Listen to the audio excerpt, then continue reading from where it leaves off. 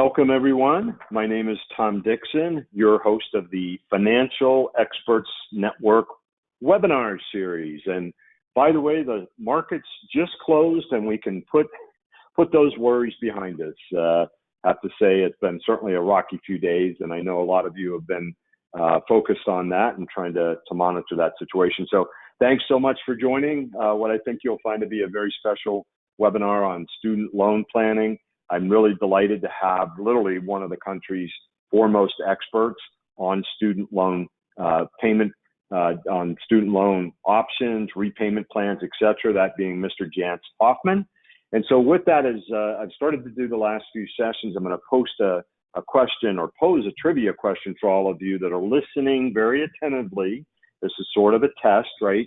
And also will reaffirm your ability to use the question panel so you can start posting questions at any time you like for Jance. But let's ask the question of which president actually put into law or supported the idea initially of income-driven repayment plans. So which president actually authorized income-driven repayment plans? And I'm going to defer to Jance when I hand it over to him to help provide the answer for that, or answers. It sort of depends, like many things, right?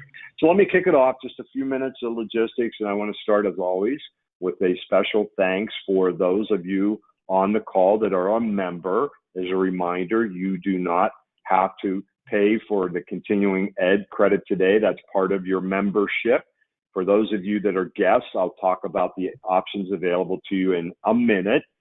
Again, as a reminder to our members, we have a lot of great webinars coming up. I'll actually have a screenshot of that in a second, but please don't forget we have a life insurance webinar next Wednesday with life insurance pioneer Barry Flagg. We have a case study session next Friday. So again, make sure you're checking under upcoming webinars. And of course, for those listening, if you're interested in Ethics CE for one of the 4 designations that we support, the Certified Financial Planner, and one of the 3 American College designations, we have Ethics CE coming up on March 19th. You must be a member to take advantage of that. And again, one of the benefits of being a member is the preferred pricing. So again, just a reminder for those of you that are a member, we have these arrangements in place with Snappy Kraken, Y Charts, Maximize My Social Security, Maxify, and College Aid. So again, if you want more information on that, you're welcome to reach out to me at any time. So for those of you listening as a guest, and you hear me mention this membership term, right? Today's session is actually one of at least 25 educational CE eligible programs I will host in the year 2020 to include, again, Ethics CE for those of you that hold one of those 4 designations, right? So to get a CE credit for today or any of my webinar series, you must subscribe to my membership program. The cost is a very affordable $9 a month. You will get access to any and all webinars that we host on a monthly basis, which right now is running at about $3. And again, once you become a member, you can, if you feel like it's not working for you, you can cancel at any time. So beyond CE, why should you think about becoming a member? It's really all about providing best-in-class experts to help educate you on topics that you deal with to try to support your clients from, as you can see on the screen, everything from college planning, similar to, today, if you think about today, to investments, retirement income, Social Security, and much, much more, where I spend probably 80% of my time is researching these issues, topics, and finding the expert in the country to help educate you. So again, as a member, you get access to really best-in-class experts delivering education live. Our webinars have been rated, as you can see, 86% of the attendees have rated them excellent. So again, here's a snapshot of just the next 30 days or so, 30, 40 days of webinars that you would get as a member for a very affordable $9 a month. If you want to sign up, if you are a guest, you're welcome to do so. Would love to have you, of course. You can go to the webpage, Financial Experts with an S in there, network.com /CE, and you can sign up there. you'll land on a page, and you can trust that page. It's actually ties to my site, Financial Experts Network, and you can certainly take advantage of it there. I'm going to put up a polling question to let me know if you're interested. A lot of times people need help trying to figure out how to subscribe. For those of you already a member, I have that button in there. You click on that. But if you're not, you want to join or you want to learn more, certainly feel free to let me know. Now, as always, by the way, I have an information call next Friday. I'll go into more details on the program, and I don't want to take any more time to do that today. So, as always, a copy of the materials that Jance will review is available in the handout section of the GoToWebinar interface.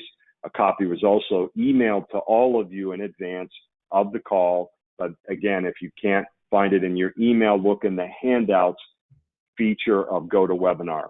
Today's session is recorded. A replay will be made available. My guess is by end of tomorrow. Usually we have it posted within 24 hours of the session.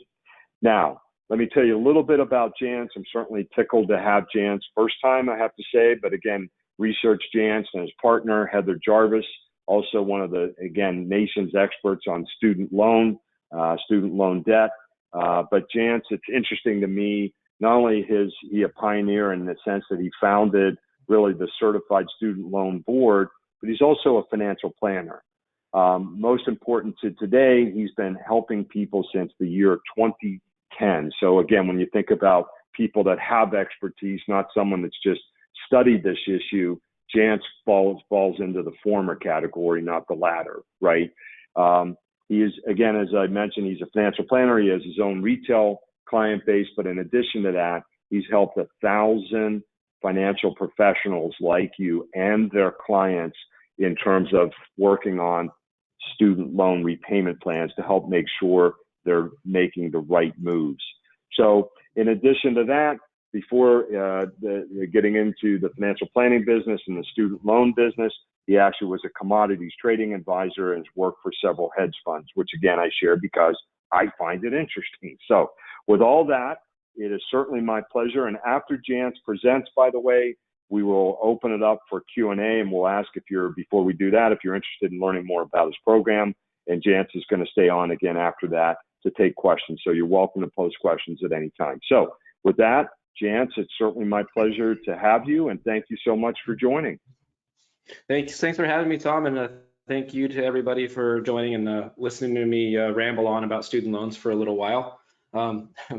Most people that I talk to, when I start talking about student loans, their eyes just gloss over and they start walking the other way because they don't want to deal with it. But happy to be on. Your trivia question that you asked before, many people are surprised to find out that the income-driven repayment plans have been around much longer than they think. Many people believe that the previous administration, the Obama administration, created these plans. But in actuality, the original income-driven repayment plan called Income Contingent Repayment was passed into law with the Direct Loans Program in 1993 and became available for borrowers in 1994. So the answer would be sort of a bridge between the first Bush administration and then implementation under the Clinton administration. So it's these plans have been around for a long time, although they have been modified and improved over time, and we'll get into that through the slides. So I wanted to take a little bit of time before we get into the slides to talk a little bit about our designation and what we teach in the Certified Student Loan Advisors Board of Standards and CSLP designation. We do touch briefly on accessing financial aid, but most of the material in the course and that what we'll be talking about today is going to focus on dealing with your clients that have already accumulated student debt and how to help navigate them through their repayment options with an eye towards incorporating their repayment options into their comprehensive financial and tax plans that you're putting together. So what we do know today is that Americans are certainly burdened by student debt. The numbers are quite staggering when we look at the amount of debt outstanding and how many people have student loans. So 1.56 trillion or 1.6 trillion, depending upon what week you look at how much debt is outstanding, with more than 44 million Americans holding student loans. interestingly enough, only 11.5% or 11.5% of those loans are 90 days delinquent. They're not necessarily in default if they're 90 days delinquent. Student loans have all these weird terms associated with them. It's not until they're nearly a year behind in payments that they're technically in default, but 11.5% of the loans are at least 90 days late. And the vast majority of the 44 million individuals that have student loans are actually not in repayment. So when we look at these individuals that are in the 11.5% that are delinquent or in default, there are a large subset of borrowers who are not required to make payments or are not making payments on their loans that actually are not included in this. They're individuals that could be in deferment or forbearance, some terms that we'll get into later. But the most, nearly half of all borrowers are not repaying their loans in one fashion or another. 69% of college students last year took out student loans to finance their education. And on average, they're graduating with their undergraduate degree with $29,800 in student loans. So the issue is quite pervasive across the country, and it's a problem that has only been growing both in size, meaning the number of individuals that have student loans, and the amount of student debt that each individual is borrowing. When we look at the demographics of student loan borrowers, those that are holding the most amount of student debt are our graduate students. So graduate students make up only 14% of university enrollment, but they are issued 40% of all debt on an annual basis. And this is somewhat driven by some of the borrowing limits and restrictions on the Stafford loan programs for undergraduate borrowers. But it's also the access to what's called the PLUS program that allows graduate students to borrow up to the full cost of attendance. As such, when we look at who holds the debt and who is often most burdened by large balances, these are going to be our professionals, our doctors, our dentists, our lawyers, pharmacists, physical therapists, those individuals that are going to have to go on to get advanced degrees in order to work in their field of work. And we throw a couple numbers out here just so we can see the median debt balances of graduates for last year. Dentists had $285,000 on average when they exited dental school. Physicians, $200,000, attorneys, $152,000. And keep in mind, these are the median numbers. So there are a number of individuals that are graduating with no debt, and then there are quite a few individuals that have significantly more debt than what is being illustrated here. So the problem is one that is pervasive, one that is proven to be a burden within the financial objectives of our borrowers and our clients. Many individuals are putting off saving for retirement, buying a home, getting married, even buying cars or moving out of their parents' house until their student debt is under control. So the numbers are really starting to affect other aspects of borrowers' finances and the general economy as well. Interestingly, when we look at the student debt breakdown, it's not just students that are taking on this excessive amount of debt. In fact, the segment of student loan borrowers that is growing at the most rapid rate is the elder demographic. So 14% of the graduating class of 2018 parents took out loans in order to finance their kids' education. And as you'll probably learn in future webinars with Tom's group, and maybe if Joe Messenger's on here, they'll talk about the borrowing limits to undergraduates and why parents are forced to borrow for their undergraduate kids. But these parent borrowers are borrowing on average $35,000 for their children's education, and that's per child. If they have multiple kids that are going to school and they haven't been prudent with their savings along the way, the federal loan regime is set up such that the debt falls not on the shoulders of the children, but the majority of it's going to fall on the shoulders of the parents. Total debt outstanding by those 50 years or older has increased by 23.3% since 2017. And the number of borrowers 50 or older is the fastest growing segment. So when we look at this chart over here, we can see the rapid change as a percent in the total debt owed and the number of borrowers that are 50 and older. And not only is this driven by parent borrowing, which is a large portion of it, but what we're also seeing is that individuals who have had student debt, maybe they went back to get a master's degree or something like that later in their career, are having the debt much longer than they have historically. So this problem of student debt oftentimes is thought of as one that is to the younger demographic, but in reality, those that hold the most amount of student debt or have the most amount of increasing student debt are those that are graduate students that are usually a little older as they have additional schooling or go back to school later in life, and of course the parents who are borrowing for their children. So what we need to know as financial advisors is that student debt is not like other consumer debt. It is very different. There are different terms, there are different obligations and different contracts that exist. And when we provide advice on consumer debt in general, we're oftentimes focused about interest rate. Many times when we're looking at credit card debts, medical bills, or other outstanding debt, we're focused on, can we refinance to a lower interest rate? Can we pay the debt off in a shorter period of time?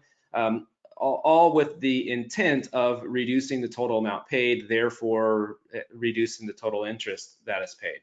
But when it comes to student loan repayment, it's not only about interest rates. Oftentimes, student loan borrowers that are looking to refinance their loans at a lower interest rate after graduating may actually be doing harm to themselves and costing themselves more money in terms of what they would pay in order to be free of their debt.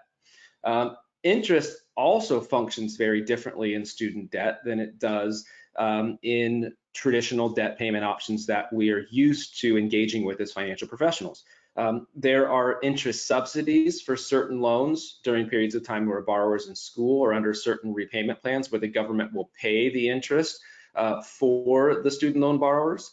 There are periods of time where unpaid interest is non-compounding and doesn't capitalize into the principal balance.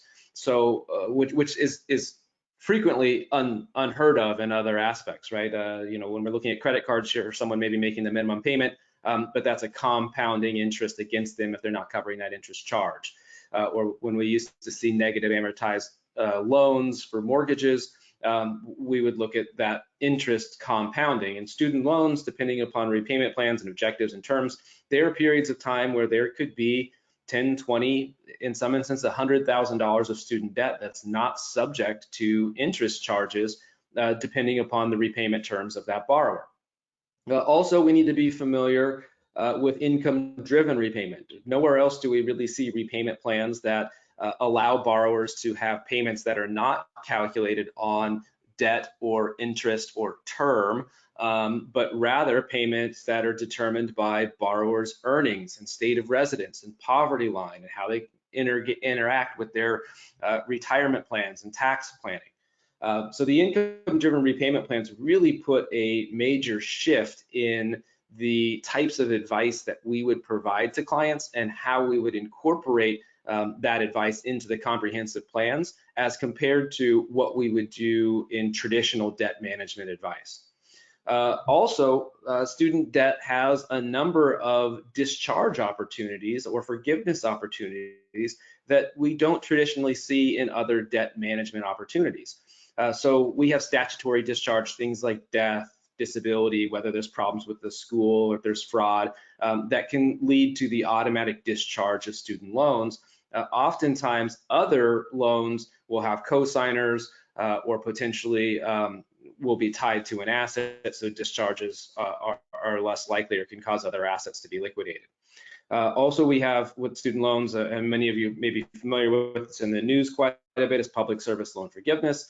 So student debt can be forgiven for working in specific fields for specific periods of time, not just public service loan forgiveness, but there are a number of state-based programs and federal-based programs to incentivize individuals to work in certain areas, oftentimes in health industries of shortage, or if you're an attorney, maybe an area where you're practicing public interest law. There's a number of forgiveness opportunities that receive preferential tax treatment compared to other debts that can alter the advice that we provide to our clients. And then there's long-term forgiveness that's associated with the income-driven repayment plans, where the remaining balance is contractually obligated to be discharged after a period of time of making payments calculated on income. So when we look at the differences between student debt and traditional debt management, it really puts a wrench in the training that we have as financial advisors as how best to advise our clients about their student debt. And we really need to take a step back because oftentimes the advice that historically has been the case for debt management could be damaging for our clients, and damaging for our clients if we're unknowingly making that recommendation could also be causing liability in our own practice. When we look at repayment options for federal student loans, there are so many options. We have standard repayment terms of 10 years, 12 years, 15 years, 20 years, 25 years, 30 years. We have extended repayment terms that could last up to 25 years for consolidation loans or for direct loans. We have graduate repayment options where the payments start relatively low, at least interest, and every 2 years those payments increase so that they pay off the entire balance, but at a more affordable rate early on. Of course, in these instances, they pay more interest over time because they're not paying their balance down. But it could be a way to create cash flow, and a lot of times borrowers end up on these plans because they're the most affordable plans for them based upon their cash flow objectives. And they can extend that graduated repayment term out to as long as 30 years in some cases. We have repayment plans where we have income sensitive plans where we have a calculation off an annual income over 10 years. And then we have all of the income driven repayment plans. Oftentimes when you read about income driven repayment plan or what's called income based repayment, they lump all of these repayment plans together when in actuality there are 5 versions of these income driven repayment plans. And depending upon loan types, when a borrower took out their loans, when they stopped taking out their loans, all of the different plans would have different eligibility requirements based upon loan date, loan type, borrower loan borrowing dates, and borrower eligibility, and whether or not they have different computations as how they calculate the payments, how the payments are applied to the loans and interest subsidies that exist. So when you look at student debt, it is quite a complex field of advice and available options for your clients. And when you have a client that has significant student debt, it's very important that you have a detailed understanding of all of their options, what those options could and would mean within the context of their larger financial goals and objectives.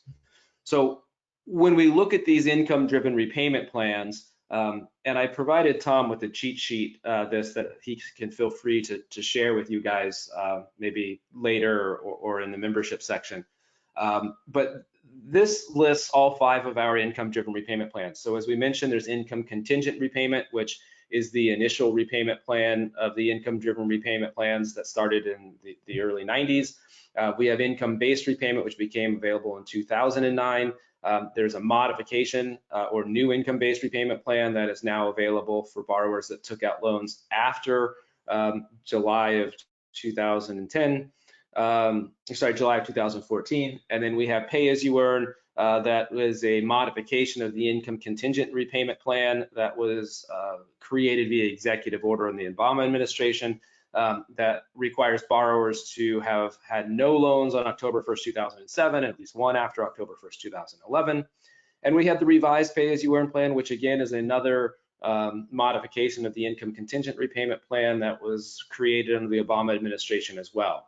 And all of these plans have different calculations with regards to what the payment would be as a percentage of income, how long the payment plans can last before there's long-term forgiveness, treatment of spousal income when married, capitalization of interest or interest subsidies. There are a lot of moving parts, and in order to understand which one of these plans would be best suited to a particular client, you have to not just know the ins and outs of the plans, but you also need to realize the goals and objectives of your clients and mash those together to provide a comprehensive analysis for the client as to what their best options are. So because of these income-driven repayment plans and because of their ability to have loan forgiveness, because of their ability to have payments that are affordable regardless of a borrower's income, and some of the carrots that are dangled in front of these borrowers with regards to income-driven repayment plans, we have seen a drastic increase in the usage of the income-driven repayment plans over the last 5 to 10 years. Now, when we're looking at the direct loans portfolio, more than 1 out of every 3 borrowers that are repaying their loans under an income-driven repayment plan. In fact, when you total up all of the debt outstanding being repaid in the income-driven repayment plans, it's more than half of all of the student debt that's being repaid in total. So when you are running into clients that potentially have student loans or are saying that they are repaying their student loans, it's very likely that those individuals are repaying their loans in an income-driven repayment plan or would be considering paying their loans under an income-driven repayment plan. And when you run into those cases and those examples, it's very important that you understand that some of the advice that you may be providing to them needs to be modified or augmented in a way to incorporate some of the complexities that now exist with regards to the income-driven repayment plans, tax filing, in how they would file their taxes if married, treatment of spousal income, and engagement with benefits and insurance as well. So what we need to make sure is that as financial advisors and tax preparers, we can't really ignore student loans any longer. I think historically, the thought process with most of our clients that have student loans, whether it be young professionals, is for them to really focus on paying off their debt and then engage in some sort of planning service after the fact that they paid their loans off. And in many cases now, these individuals are not trying to pay their loans off. They're looking at ways to minimize their payments, maximize the amount of forgiveness they can have, in which case we can't just ignore it and say, okay, well, you go pay it off and this is a portion of your budget that's allocated to paying it off.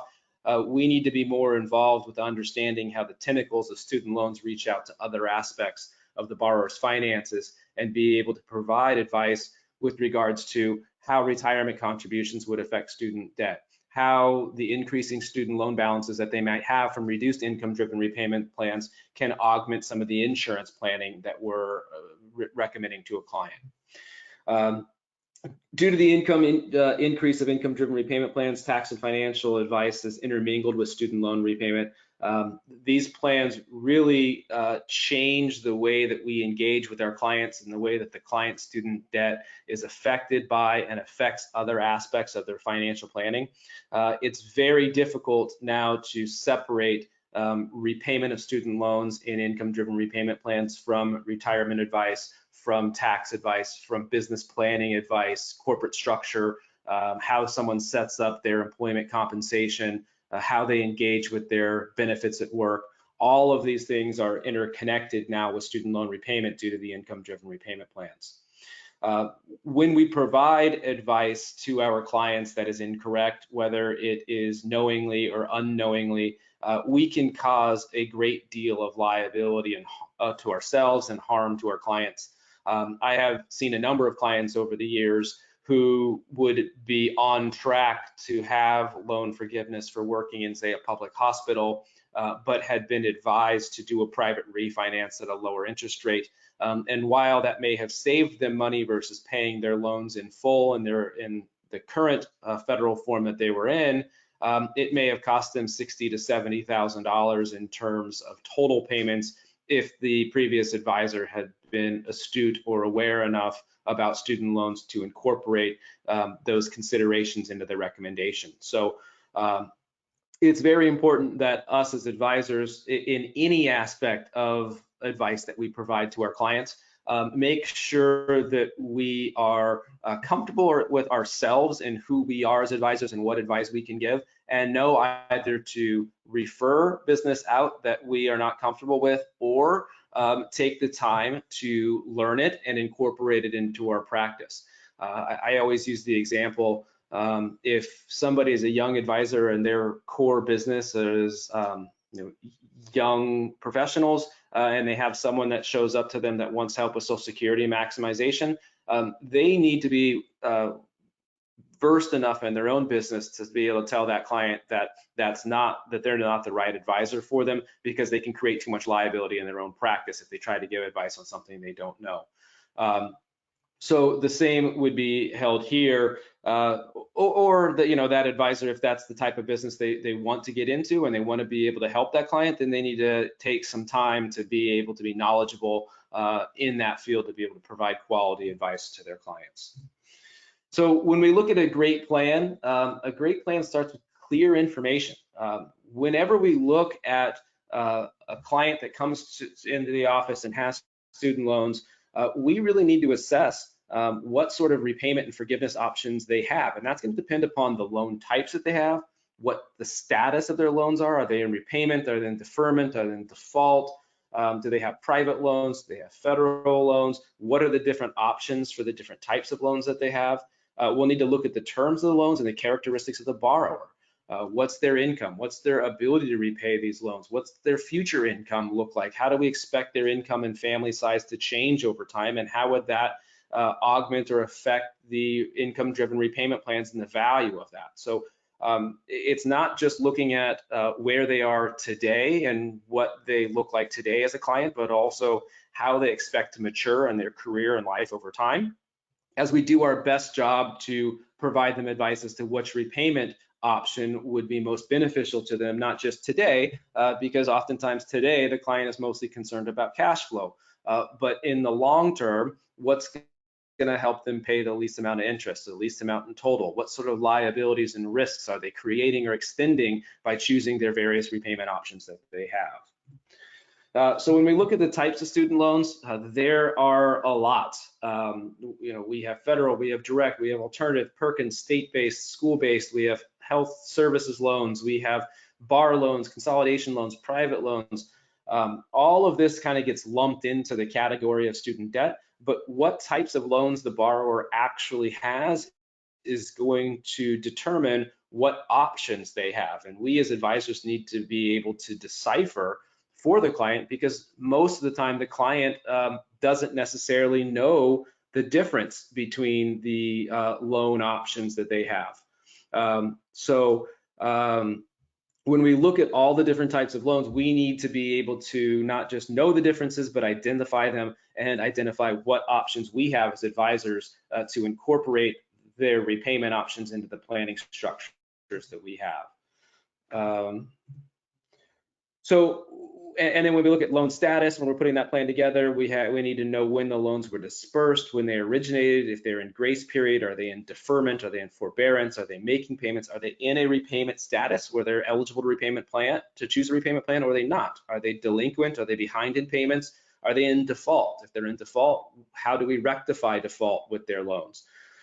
All of this is going to be part of the decision process that we have to make when we do a client intake and look at, hey, I have student debt. They say to us, we need to be able to assess the last slide, what types of loans do they have, and what's going on with their debt before we can even start to make recommendations about what repayment options they potentially could have. So let's just walk through a quick example here of a potential or prospective client that we could potentially see walking in through our door. We have Joe, who is a 31-year-old doctor of pharmacy, and Ashley, who is a doctor of veterinary medicine. So we have a married couple, relatively young. One is a pharmacist, one is a veterinarian. Together, they have in excess of $575,000 of student debt. And they would be repaying their loans over a 10-year monthly payment. which would be quite unaffordable for them, is what they currently would be looking at when they come to you. That's the standard 10-year payment is the default payment that they would be in when they exit graduation if they don't opt any other repayment.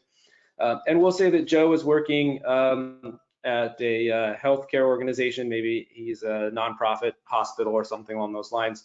And Ashley is making $95,000 working at a pet hospital. Let's call it the Banfield Pet Hospital type situation where she's in. Have one kid, 2 years old. Like most of these clients, they have some short-term goals that generally include purchasing a home and saving for retirement and college planning for their kids. When we take the client intake form and we look at what our repayment options are for the two of them, we look at Joe's student loans and we see here is his balance just over $200,000 for himself. He has a number of different types of loans. He has direct unsubsidized, he has graduate plus loans, and he has a couple Perkins loans as well.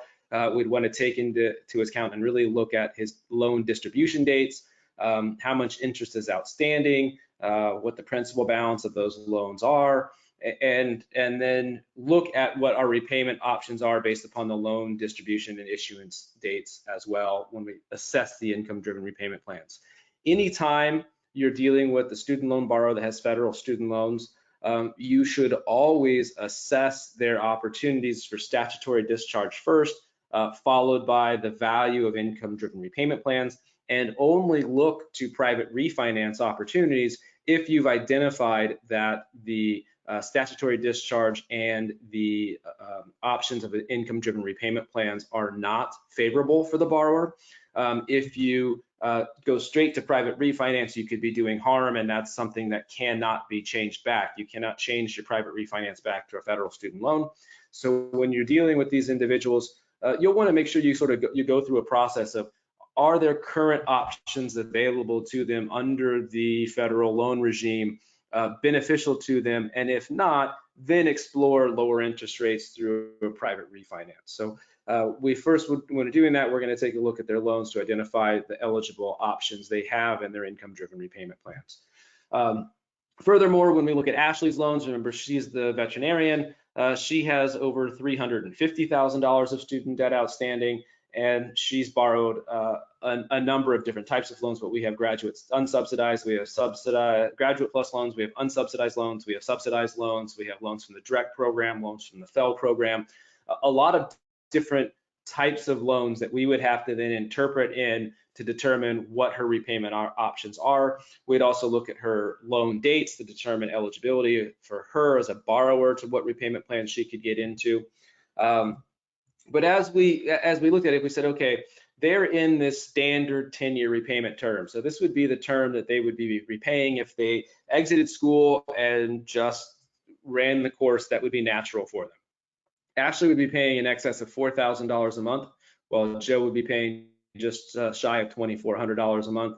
Together, their monthly student loan payment would be $6,430, which for most individuals across the country is like 3 or 4 times what they would be paying in a mortgage if they had a mortgage payment.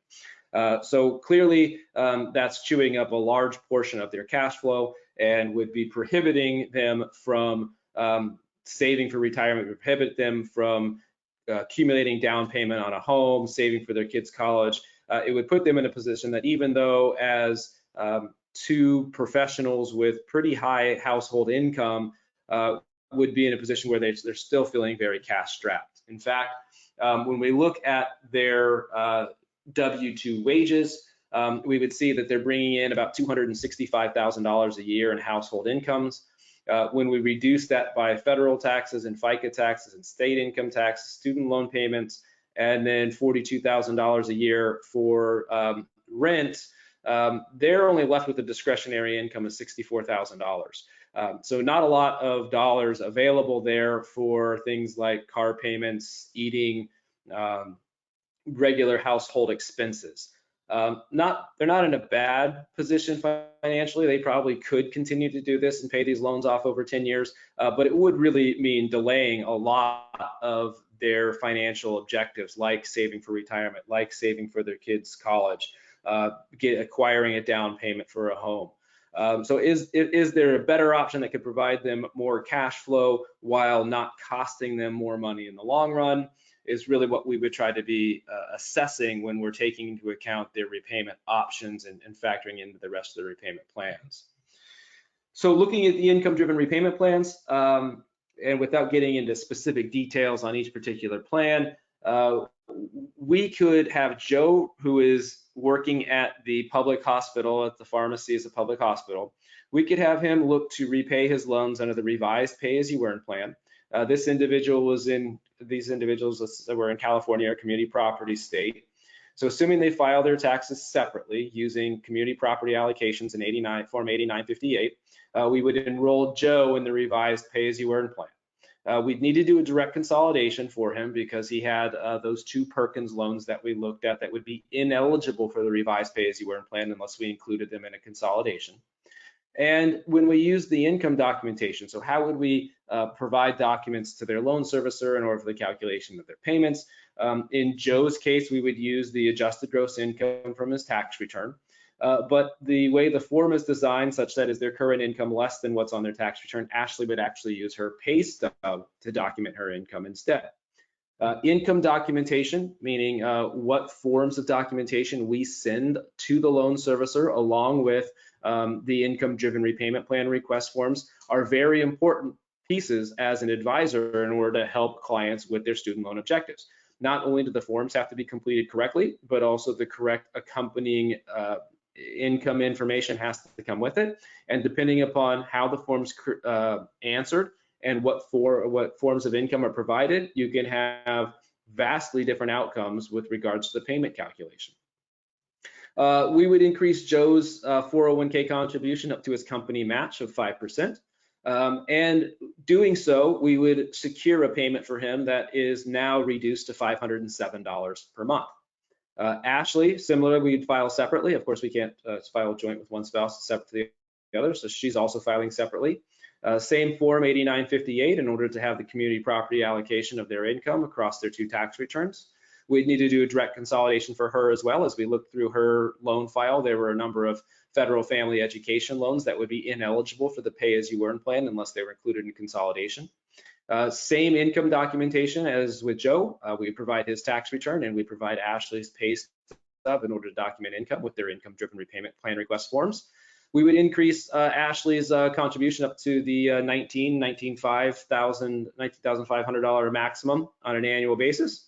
And doing so, we would now secure a student loan payment for Ashley that is only $367 a month, a significant cash flow reduction with regards to what they're paying to their student loans.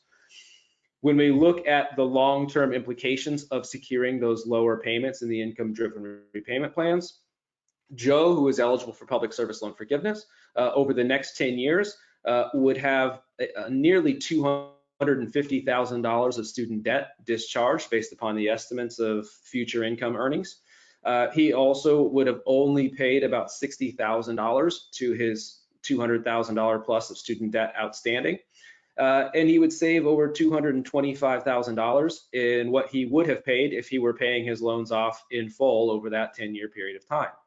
In addition to that, he would have $85,000 that he would have contributed to his 401k over that 10-year period of time, which otherwise would have been money that he would have been throwing at the student debt because he would have been paying a lot more to the student debt over that 10 years.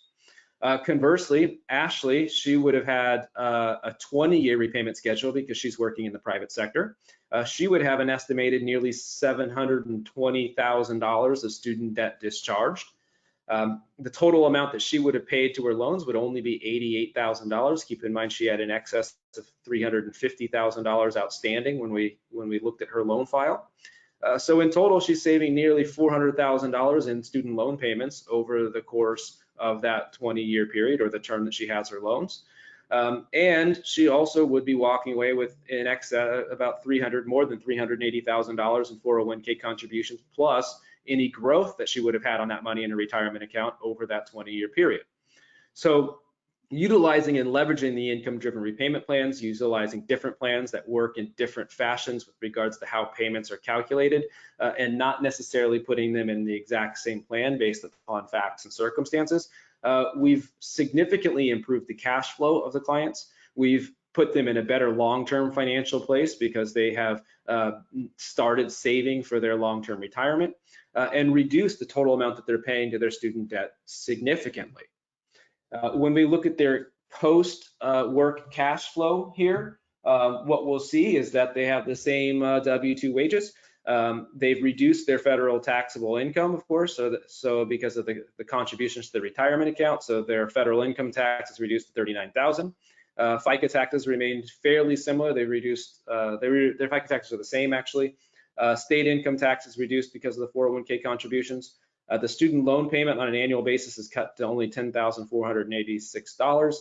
And the rent remains the same. So we've increased their debt discretionary income by $47,000, a little over $47,000 a year.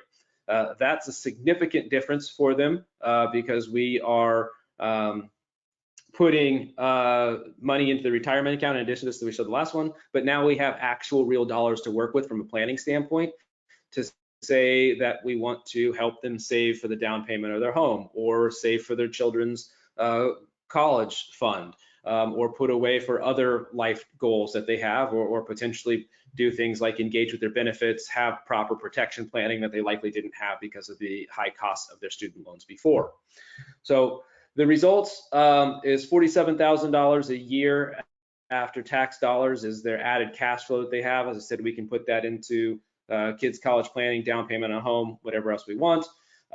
Over that period of time, there's been $465,000 over that 20 years of additional 401k contributions plus growth. We have over almost $1 million of student debt that would be discharged. And we would have reduced their payments to their student loans by over $600,000 and have two very happy clients with regards to the plan and path that we're putting them on. Most importantly for the clients and their mentality is what they are no longer doing is delaying their life because of their student loans. Very few clients, very few people go to school with the idea of being a slave to their debt forever. Their thought process when they choose to go to school is they're doing something to improve their life, to put them in a position that they can have higher incomes, have better help to society. Not many of them go to school with the intent and thought that they're going to be victims of their education and their debt for an extended period of time. So what the clients really like about the planning that you're doing is not only are you reducing the impact of their student debt over the long term, but you're able to start talking to them about the savings objectives and goals and planning that they really want to be doing and thought they would be doing after graduating with their degrees when they enrolled in that program. So let's talk a little bit about the CSLP designation. So this is the Certified Student Loan Planner designation. It is a FINRA listed accredited designation. When an individual chooses to go after this designation, there is 4 1-unit semester-long courses offered through the California State University system. It's offered in partnership with Humboldt State University. The courses teach the basics of financial aid through incorporating a tax and financial planning. You're going to learn this case study inside and out, how you would have analyzed the case, what processes you would have gone to intake the information, the differences between the loan types and loan status. All of that is taught for the coursework. Additionally, you can have an optional 13 hours of CFP credits. In most states, you can also get CPE credits for going through the coursework because it is a college recognized course.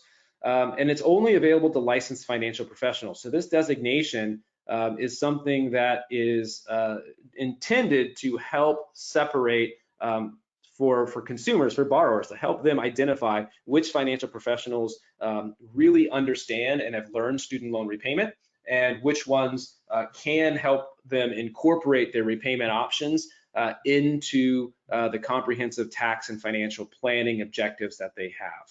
So I think we got about 10 minutes here, which was the goal. So I'll open it up to questions that we may have. Great, wonderful, Jance. Thank you. A lot of amazing information in a very short period of time. Folks, what I'm going to do is launch a polling question to ask if you would like to learn more about Jance's CSLP program. And if you'd be kind enough to just participate in that, that'd be great. We'll leave it open for a minute and then get straight to Q&A. We have a lot of questions already posted. And again, if you have a question and you haven't already posted in the question panel, feel free to do so. We'll get to as many as possible. As always, again, we are recording today's session. Our replay will be made available to all members, as I mentioned in the beginning. For those of you that jumped on late, we have a very affordable, I think, membership program. A lot of planners. We've had hundreds and hundreds and hundreds join in the first few months that we've launched this. I think it's a great value for $9 a month. You get access to replays, the transcript from today. We'll have a summary, expert tip sheets that we provide. And then, again, all the webinars we do each and every month. So I'm going to leave it open for 5 more seconds. 37% of you said, yes, please have someone from Jance's team. 38% made a liar out of me. How about that? So that's good, Jance. And again, we'll have that. I'll make sure we follow up as well after. So let me jump to questions, folks. And again, if you have questions, you can feel free to fire away. And even if we don't get to them, perhaps we can do that after.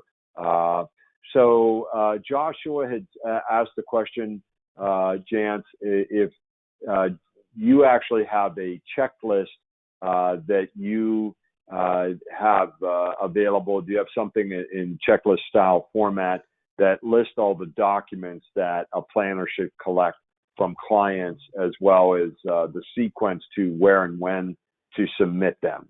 Does that make sense to you, Jance? Yeah, so one of the resources to the CSLP designation, we do provide a client intake checklist for advisors to go through when they're collecting that information, as in what information to collect, and it's going to depend upon, again, the facts and circumstances of the client. So there's one thing that you would collect for federal student loans. You'd collect something differently if you're talking about a private student loan. So yes, we do have a list of that, and throughout the entire course, we're teaching the process of how to analyze a case, what are the steps that you use and do when you analyze a case, so that you're not making missteps or as I said, jumping straight to private refinance when you should first rule out your statutory discharge opportunities first. Jance, forgive me if I missed this, but did you happen to mention the cost of the program? Yeah, so the currently right now, as we're discussing it, the cost is $995. That is rolling over to the new semester's price with a certificate in student loan planning issued by the university March 1st, and then it's going to be $1495 will be the cost of the education. And then there is a like with most designations, there's an annual membership fee that's $200 a year. Okay, great. Things seems to be a great value, to say the least. Next from Eli, Jance. Eli's asking, can you speak to the 120 qualifying loan forgiveness program? There have been multiple recent stories of borrowers needing to sue the Department of Education to have their loans forgiven, even though they have met the requirements. Yeah, so he's referring to the Public Service Loan Forgiveness Program. There's been a lot of information about this. In fact, 99% of the individuals who have applied for public service loan forgiveness have been denied. But just because someone applies for public service loan forgiveness doesn't necessarily mean they have met all of the requirements. So the latest GAO study on it actually indicated that 80% of the individuals who had applied for public service loan forgiveness had not been in repayment on their loans for 10 years. So 80% of the individuals that applied couldn't have made 120 payments because they haven't even been in repayment for 120 months. The issues with the Public Service Loan Forgiveness Program is that the individuals who were applying today were in a much more convoluted position 10 years ago when they could have started making payments towards public service loan forgiveness. At that point in time, the Federal Family Education Loan Program was the predominant loan program. and that program loans are ineligible for public service loan forgiveness. Only individuals who were issued direct loans or had done a direct consolidation would be able to have their loans eligible for public service loan forgiveness. And most individuals, not for any of their own choice, it was determined by their school, were ineligible to repay those loans. Further, when we look at this, so I want to say that a lot of what's been put in the news, unfortunately, is truthful, but is somewhat misrepresenting the facts that people aren't getting public service loan forgiveness. A number of people are. It's just been very difficult to check all the boxes. And a big part of that is because the loan servicers have not been helpful. The Department of Education has not been helpful along the way. And quite frankly, our industry has not done enough to help out, to know this information, to help our clients make sure that they're checking all the boxes. There are some few examples of borrowers that have done everything that they should have done, or believe they have done everything they should have done, and the Department of Education not discharging those loans. The federal government has set up a program called Temporary Public Service Loan Forgiveness to help individuals who maybe didn't check all of the boxes, but checked some of them, reapply under a different short-term forgiveness opportunity as sort of a bridge gap. But the reality is, the facts that most people aren't getting their loans forgiven through the 120 months of public service loan forgiveness is really due to the borrowers not necessarily being eligible for that. They haven't completed the obligations that they've needed to have. They didn't have the right types of loans. They may not have been in the right repayment plans. They may not have made their payments on time all the way through. They may not have certified their employer to be a participating employer. Now, that's not to put the Department of Education and the loan servicers and give them a pass, because they have made egregious errors throughout this entire thing. But part of it is borrowers don't understand what types of loans they have. Borrowers don't understand the requirements of those plans in order to have them forgiven. And quite frankly, neither do many financial advisors and tax professionals, and we've overlooked it in helping our clients as well. Okay, great. Next from Madeline. Madeline is asking, how do clients determine if they are eligible for the newest income-based repayment option? So I think is that REPAYE, I take it, Jance? Well, so the REPAYE is the most recently created plan. However, the new income-based repayment plan, which I think she's referring to, was one that was passed into law under the Obama administration. That particular plan requires the borrower to be a new borrower on July 1st of 2014, meaning that prior to July 1st, 2014, on that date, they had to have had no loans. So they could have had loans prior to that and paid them in full and started borrowing again after July of 2014, or they could have had no debt and then started borrowing after July 2014. If they had loans prior to July 2014, and carried those loans across that date, then they would be ineligible for that new income-based repayment plan. Okay, great. Lots of questions about the case study. We'll get to that in a minute. Barbara's asking, essentially, is there pressure underway to revamp the entire student loan system, be it repayments, et cetera? My take is it seems like every administration has a proposal for that, and it seems to be ever changing, but certainly welcome your thoughts on that, Jance. Yeah, without a doubt. So, the Obama administration had their ideas as to how these plans should look, and they passed one law to modify it with the new income-based repayment plan, and he had 2 executive orders to modify and create new plans with the pay-as-you-earn plan and revised pay-as-you-earn plan. The current administration has had proposals that they've put forward, but haven't really taken any steps to actually enact any of them. When they look at the changes to the repayment plan, and the Higher Education Act is actually up, it needs to be redone. So that's something that's on the discussion in Washington, is the reauthorization of higher education, which would likely include some sort of new loan regime and new repayment options. However, that would also require some version of bipartisanship where they could get along to pass anything through. But even in these proposals, so for instance, the Obama administration with regards to public service loan forgiveness and budget proposals proposed limiting the amount that could be forgiven to 57,000. The Trump administration for the last couple of years has proposed eliminated public service loan forgiveness and proposed changing the income-driven repayment plans to longer terms for graduate students and lower payments as a percentage of income. But all of the changes that have been proposed are proposed for new borrowers. And that's because borrowers who currently have loans have already entered into a contractual agreement with the Department of Education. And within the terms of those agreements exist all of these income-driven repayment plans and forgiveness opportunities, including public service loan forgiveness.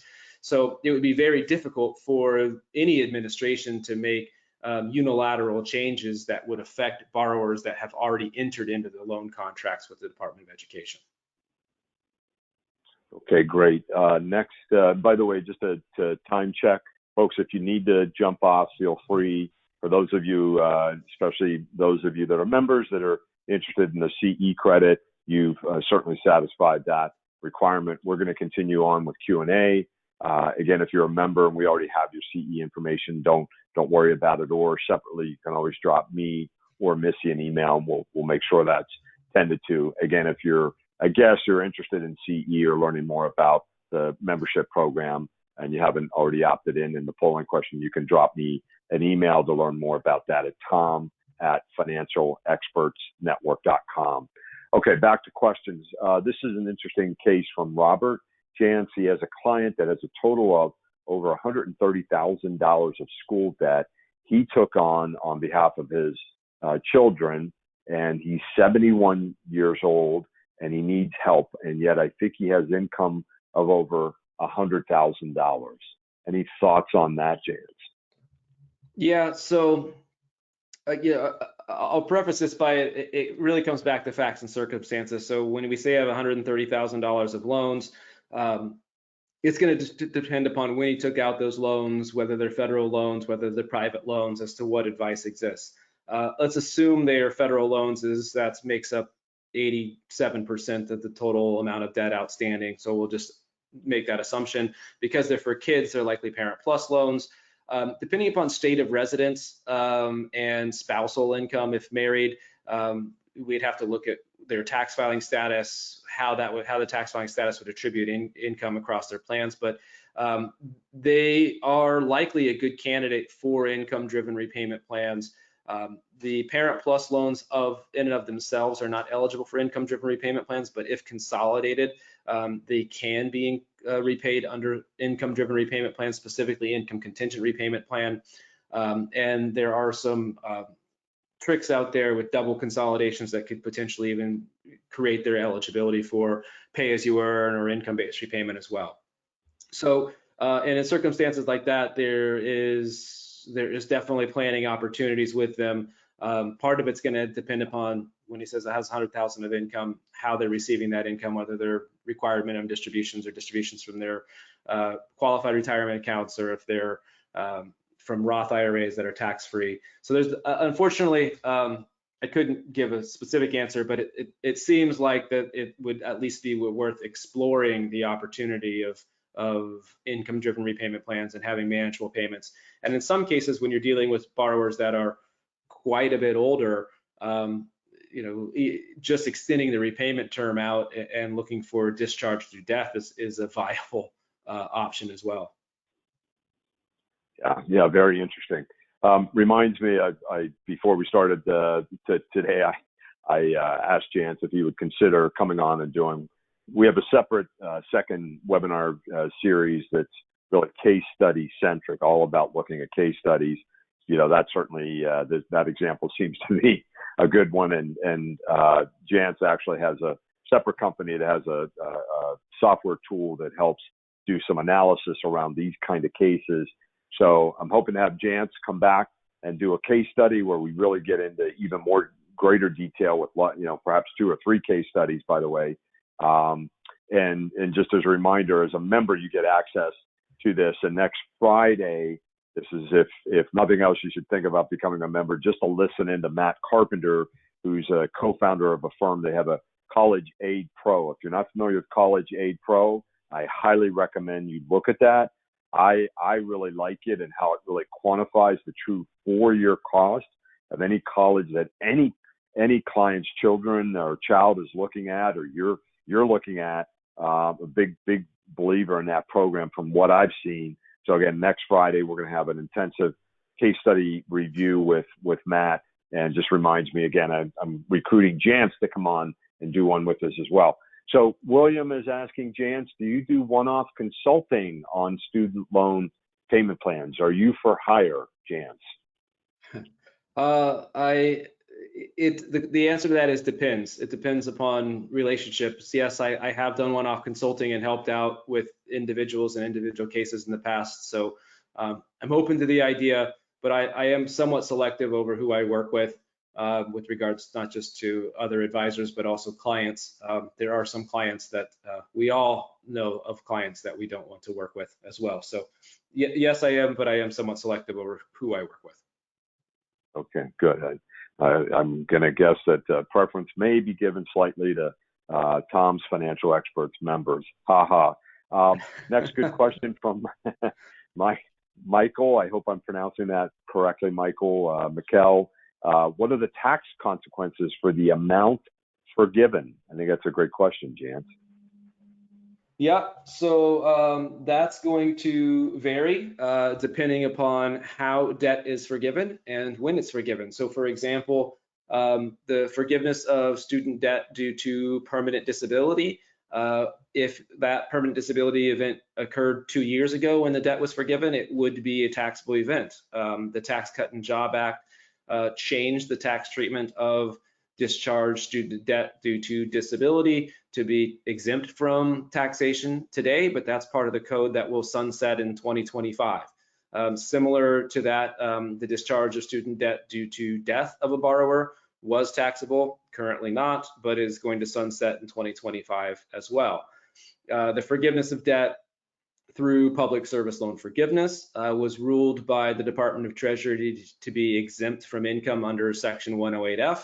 Under Section 108F, there's an exclusion from including forgiven debt as income if it's student debt that's forgiven for work in a specific field for a specific period of time.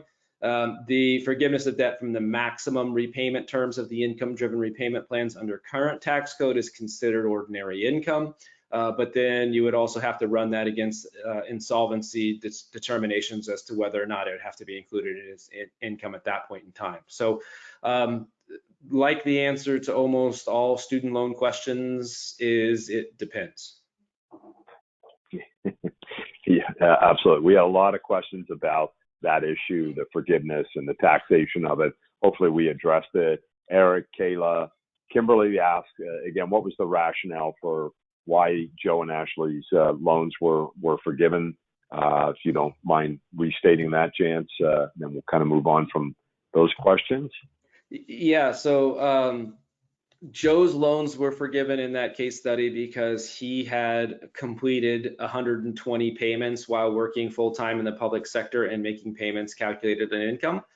Ashley's loans were forgiven due to the maximum repayment term of public service loan forgiveness, which discharges any remaining student debt at the end of, in that particular payment plan, at the end of 20 years of making payments calculated off of income. Now, on that question about taxation of discharged debt, when we look at the potential taxation of debt from the income-driven repayment plans that could be discharged, it's something that needs to be brought up in the conversation as to the total cost. It's something that many clients need to be prepared to pay.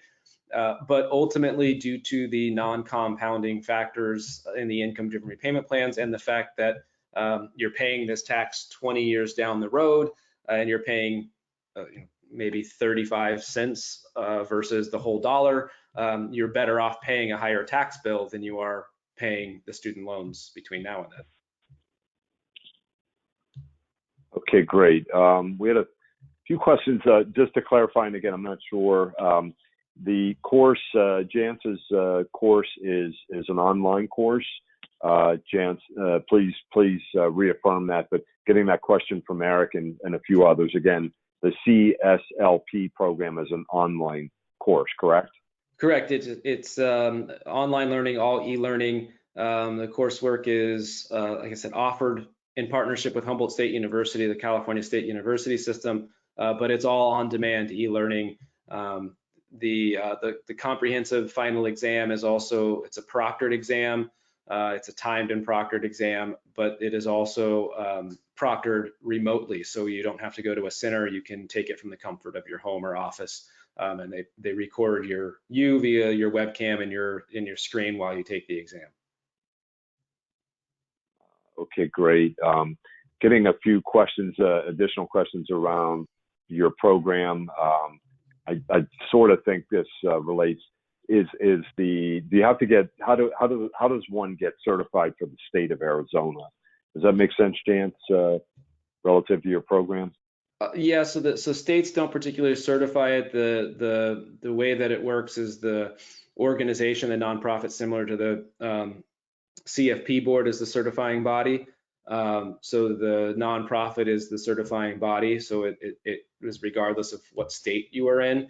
But in that state or any state, you would register for the online coursework, go through the coursework, and then you're going to need to pass the exams throughout the coursework, and that's what you're going to need to have. Now, of course, you're going to need to also prove before you're able to hold the designation that you meet the eligibility requirements, meaning you either have a bachelor's degree in business, finance, accounting, or 2 years of industry experience, and also hold a license in regulated financial services, so a state insurance license, CFP designation, investment advisor license, a series license, or be a CPA or enrolled agent. Okay, all right. And we did have that question, is a CPA eligible, from Tim. Hopefully that answered that question, Tim. We had several questions, Jance, on how to model these different scenarios in financial planning programs. Again, I know perhaps you can share a little more about the program you have, but I hope to invite Money Guide Pro, or I'm open to, for anyone out there that's interested and has a, whether it's eMoney, whoever, that does a good job of modeling something like this. And I know you have a pretty strong opinion about that, Jance, but I'd like to sort of put again, another program, financial planning program, as part of what we're discussing here, make that part of a program where we actually model some different scenarios to see how that works. But what are your thoughts on that, Jance? Any recommendations or advice? Yeah, so unfortunately, your main financial planning tools, so your eMoney, your Money Guide Pro, advisor, they don't illustrate the income-driven repayment plans at all. They treat student loans as traditional consumer debt, and all they show is amortized repayment schedules. And it's really quite frustrating for myself being an advisor, because it's not reflective of what is actually happening with the student debt.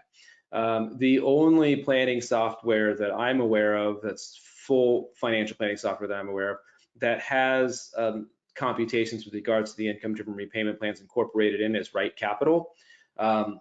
Unfortunately, I don't necessarily think all of their computations and calculations are accurate and correct, more so when you deal with some of the complicated scenarios of married borrowers.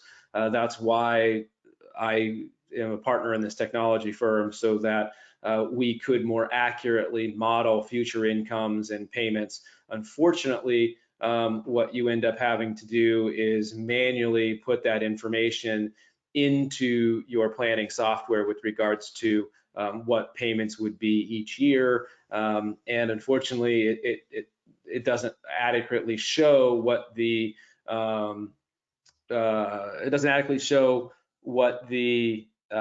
forgiveness amount, or sorry, it doesn't adequately show what the loan balance is in any type of year when you're looking at net worth assumptions in the future. If you're trying to show, hey, what would your net worth be in 5 years based upon this plan, it wouldn't show the correct loan balance, because again, there's no way to put that into the planning software. Yeah, it's interesting. I mean, most programs unfortunately don't do don't handle the liability or kind of an amortization schedule around liabilities all that well. So I've actually built some Excel add-ons for things like that. But interesting. Let me find this question from Tara. can the couple file a joint tax return and still receive a low repayment option? I don't know if you addressed that as part of your case study, Jance, but thought that's interesting. So the couple could potentially file a joint tax return and still have a low payment. In this particular example, they would likely have still been able to have a low payment, just not as low of a payment.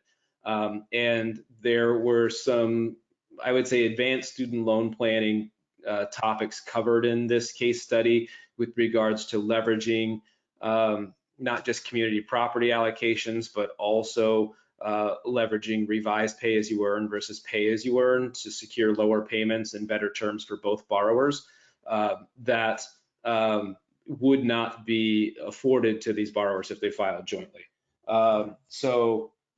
Yes, it could be, and that would be part of the analysis that you would do with your client, would be talking about tax filing status and what that would mean in their various income-driven repayment plans, not to mention the tax ramifications of that as part of the assessment that you would make for your client.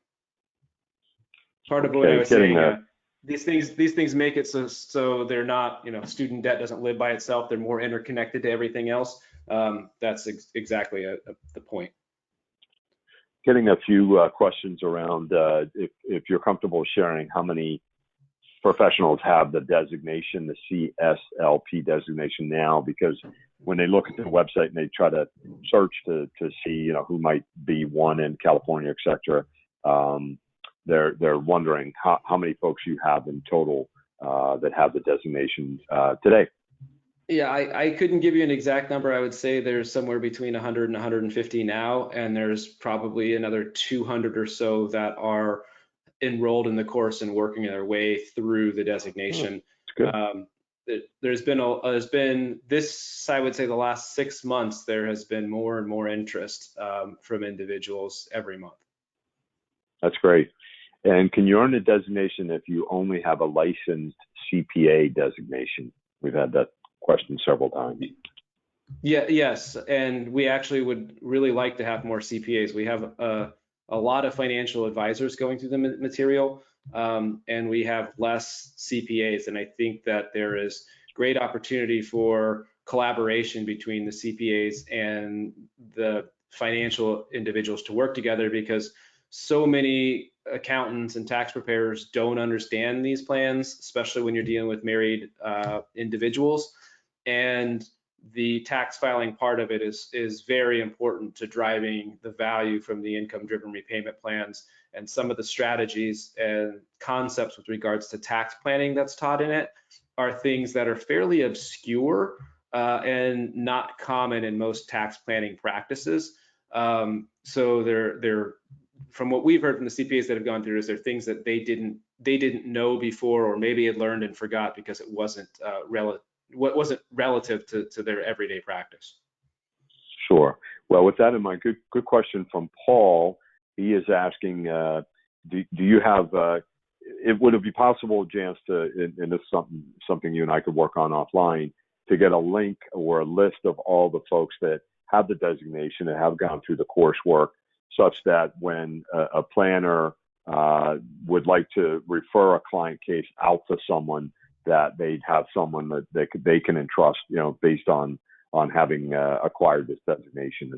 Is that something we could put in place perhaps going forward? Yeah, and there is on cslainstitute.org, you can go under consumers and find an advisor, and there is a database there that you can drop down. You can search by state to find somebody in a particular state that has the designation. Okay, and we can provide that link, so we can certainly do that as a follow-up.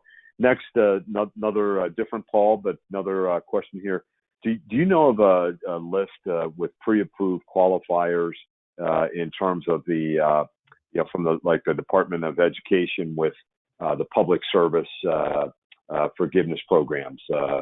Are you aware of a list of employers that honor that? So there is obviously any government employer, which is pretty easy to identify whether they're state, county, or local, qualifies. Then the next best place is the IRS has an Excel sheet that lists all 501c3 charities that are able to receive tax charitable donations. That list would also have the EIN numbers of those companies, or you can search that list. You can actually search the database too if you don't want to pull down the Excel sheet. That would give you a list of every 501c3 charity in the country that would also be eligible. Now, there are a few other not private nonprofits that could be in healthcare or public service or things like that that are much more obscure that the Department of Education doesn't have a list for. But the 99% of what you're looking for is either going to be is it a government employer, and then is it on the IRS's list of 501c3 public charities.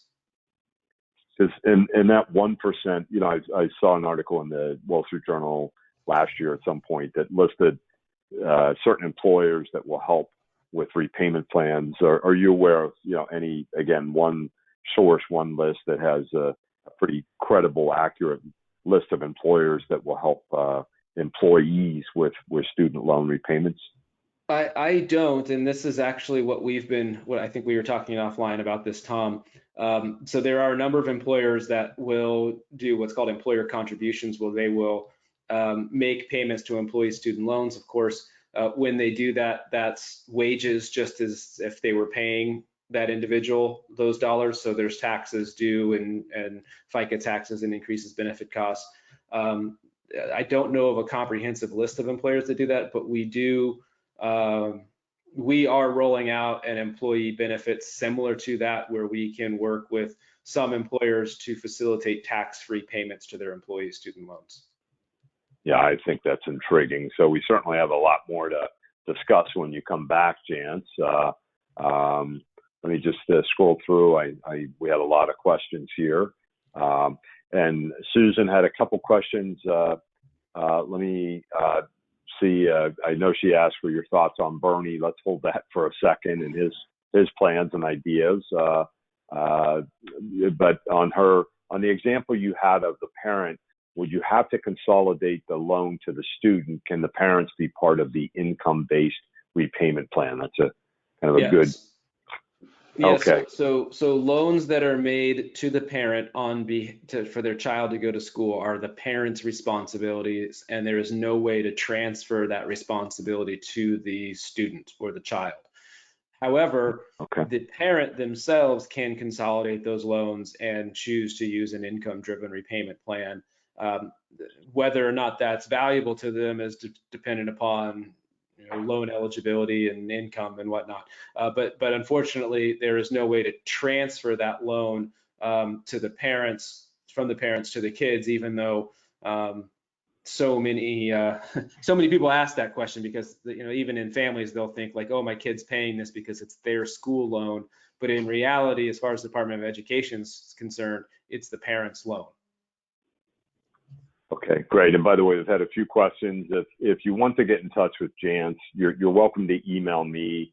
Unless Jance, you want to provide your email, that's totally up to you. If not, I'd be happy to kind of be the intermediary.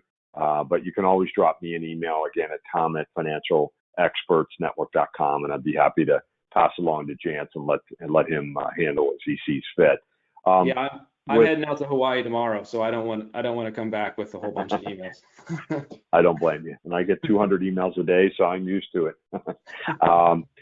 Asking again on the CPE, I think what Jance said was in terms of the CPA, your course, whether it qualifies for CPE would be a state level decision. Jance, is that a good way to interpret that?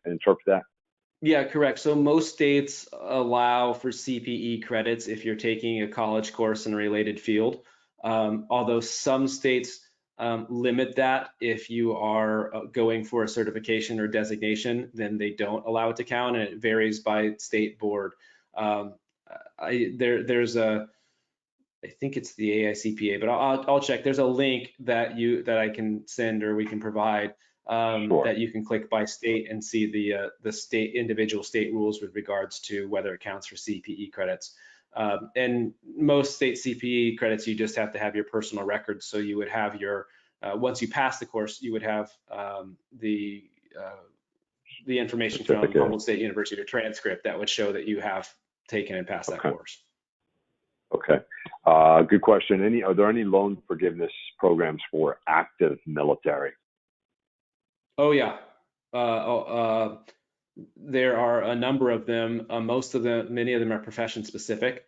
So if you're looking Okay. at, physicians that are working for the Army. So in the CSLP designation, in the CSLP 300 course, we go into a number of profession specific. So there's a lecture on dentists, a lecture on doctors, teachers, nurses, attorneys. And in that, we talk about some unique features to each one of those professions. Maybe it's teacher loan forgiveness, maybe it's nurse loan forgiveness, but then we'll also spend some time talking about specific forgiveness programs like military, Army, Navy, maybe VA programs that exist for specific professions. Okay. All right, great. Well, I'm going to try to give you a few minutes before your next engagement, but certainly had a ton of questions, and Jance would love to have you back again and again. So thank you so much for sharing all of your years and years of experience and the expertise that you have on behalf of everybody. So thank you, Jance. Really appreciate it, and well done. For those of you listening, again, I hope if you haven't become a member, I hope you strongly consider that.